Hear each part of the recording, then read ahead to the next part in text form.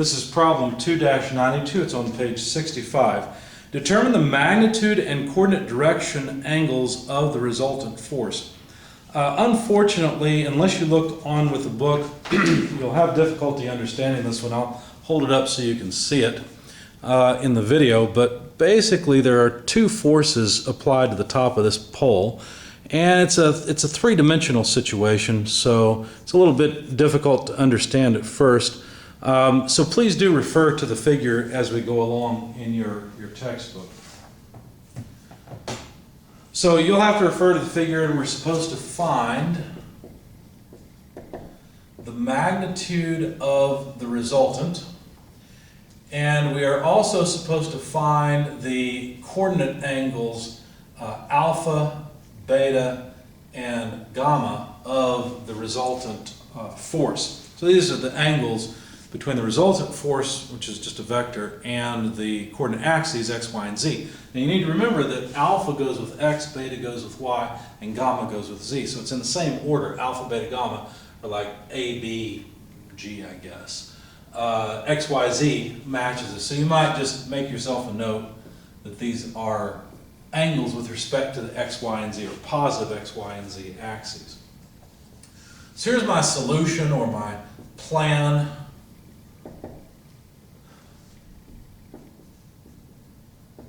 What I want to do is, first of all, write down F1 and F2. In other words, I'm going to figure out exactly what these vectors look like in mathematical notation.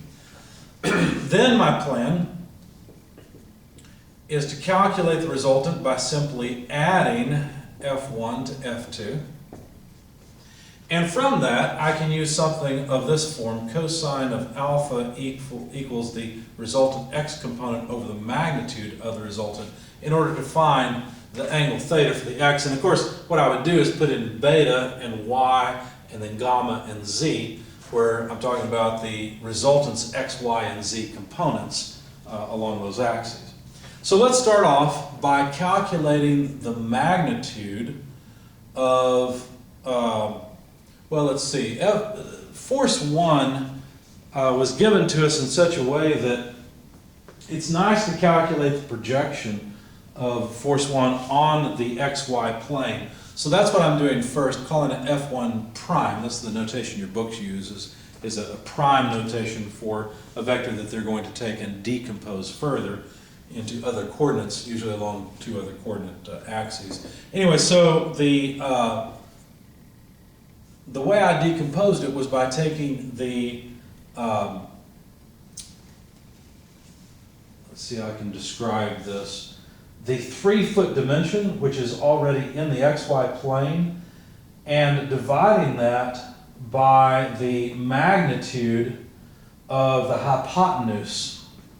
This won't make a lot of sense unless you're looking at it. I guess I could draw a projection of that. If I just drew the plane that F1 is in, that'll probably help. So we're dealing with a vector, F1, and it's in a plane where it is directed along, let's see, a 4-foot height and a 3-foot span out into the xy plane. I hope that helps.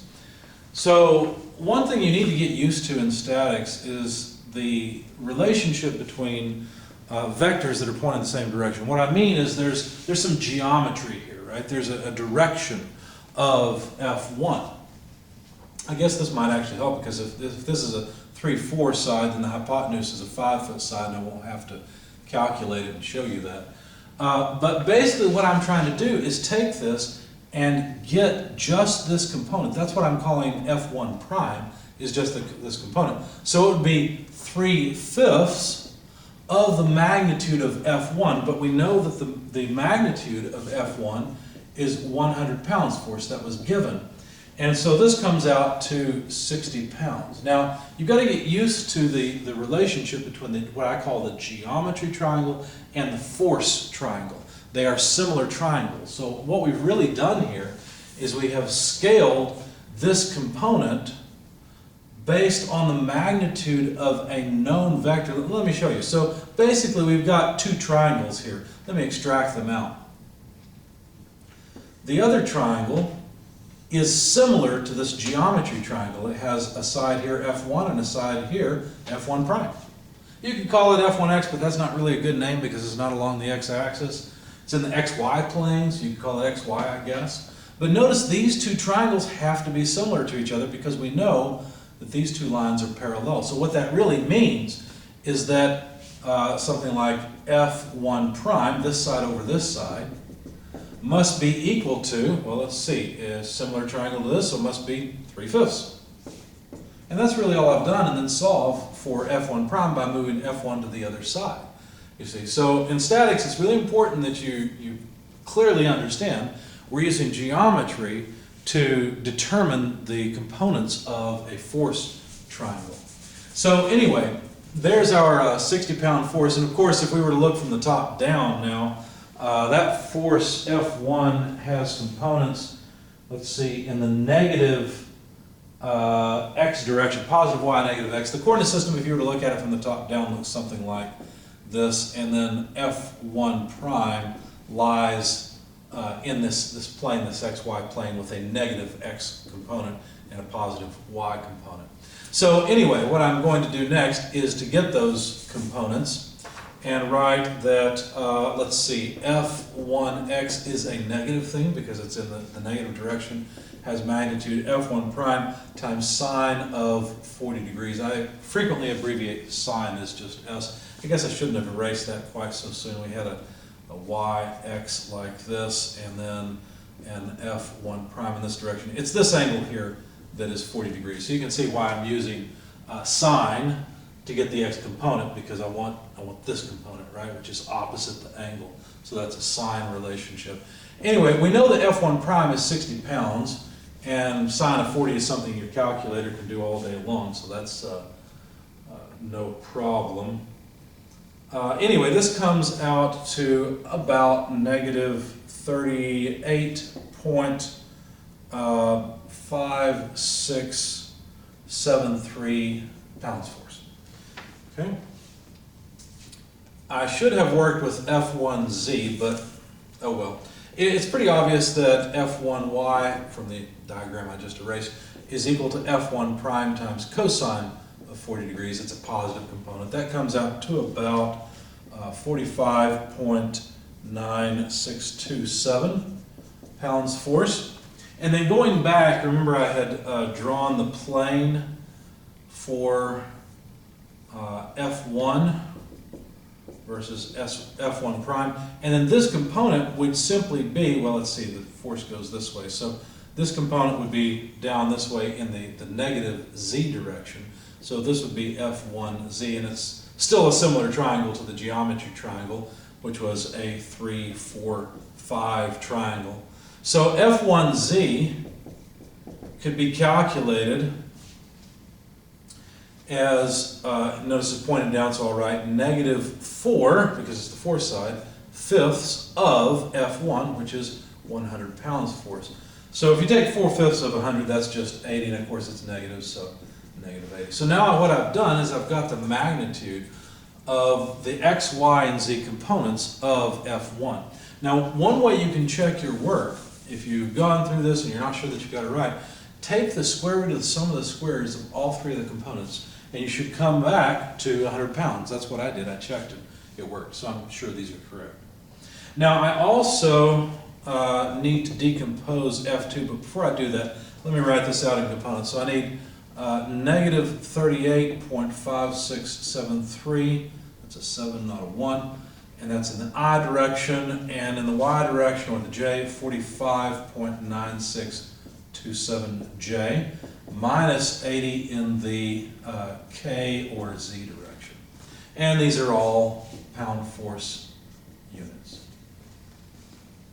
So now I have written out force F1 in vector components.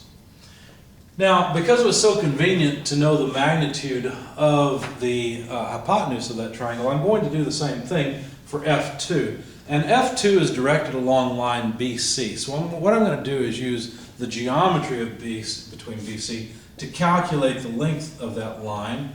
So that would be 4 feet. And again, you'll need to refer to the figure to understand this, but 4 feet plus a negative 7 feet plus 4 feet squared. Of course, your author has set up this problem very carefully so you get a nice round 9 feet out of it. So this is the hypotenuse I'm going to play with or divide things by in order to get components along the x, y, and z axes. So again, the geometry triangle for F2 is a little more involved. Actually, I think it's simpler because what your author does is give you distances in the x, y, and z directions to define BC. So hopefully that makes some sense. Again, like I said, you'll have to look at the picture to understand this, but this allows me to write, let's just note that the hypotenuse I'm dealing with is 9 feet long.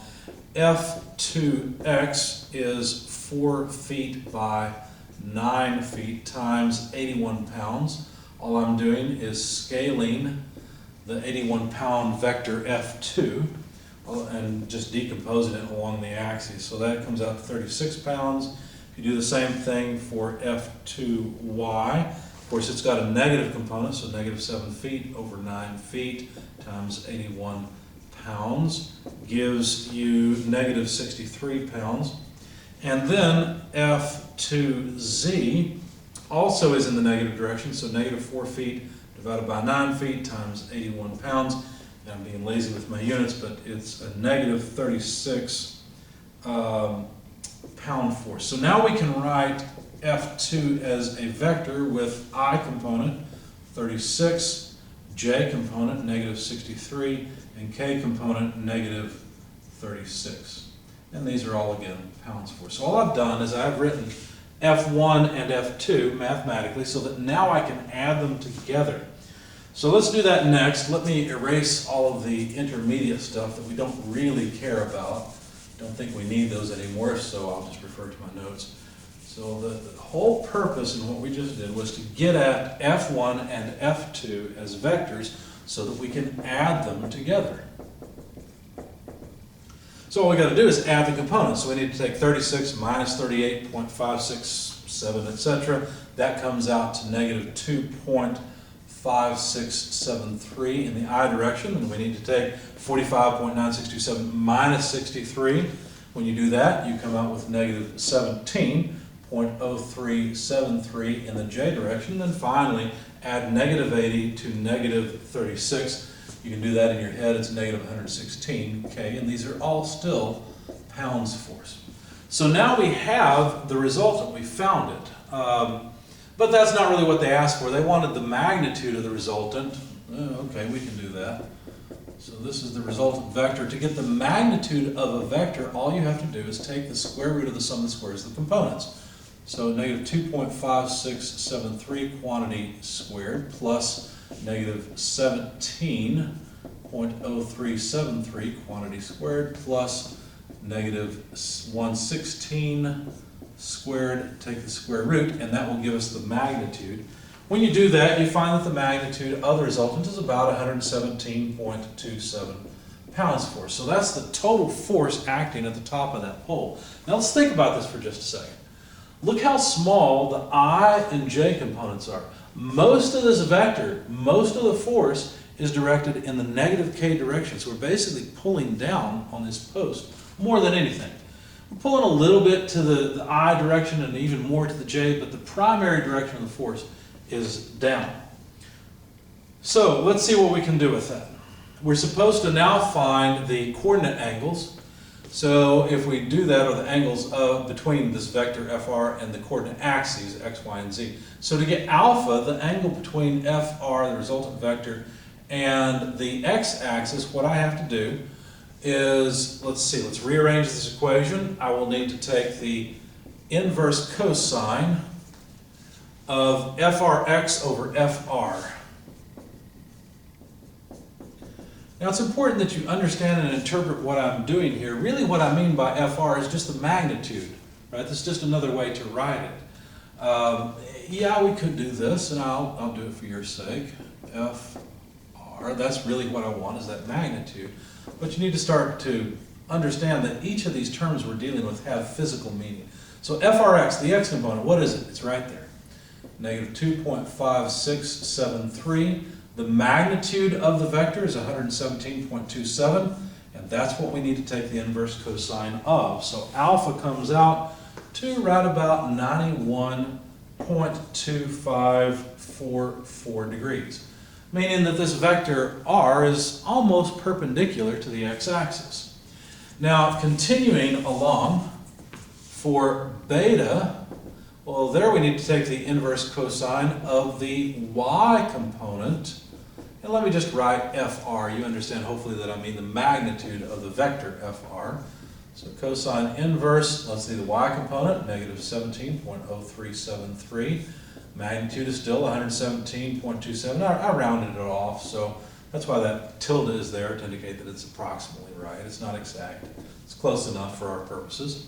So if we take the inverse cosine of this ratio, we find we get about 98.35 degrees, indicating that FR is close to 90 degrees away from the y-axis. It's almost perpendicular to the x and the y-axis. That shouldn't be a surprise to you.